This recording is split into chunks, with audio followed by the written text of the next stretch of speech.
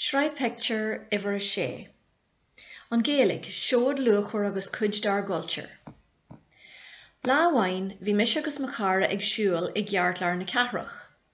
Honnig muid siopa ceol áirithe le fógra as Ghaeilge ar an doras. Bhí ahas orín sinna ecail. Thocrain muid ar rud éige na dhéanú ar son na Ghaeilge. An lá dar gionn, thocrain muid ar toras chun na Gaeltachta agrú. Thuaim muid ar Facebook agus rinne muid leathanach chun ólas ar an toras a thabhairt dar Ghaeilge lig. Bhí muid ag géirí ahan duine a chur ar an ólas. D'eagraigh muid toras go dtí an Gaeltacht an Ghailge, bhí an crack ar dói, bhí céalaí agin gach oíche agus bhí an gréan ag scoilte na gluch ahan lá. Chaith muid cuid mhór ama ar an trá ag imirt eitfeile. Ar scoil, d'eagraigh muid curcail cainte ag am lóin fásta, agus tháinig a lán daltaí gach lá chun caint lena chéile as Ghaeilge.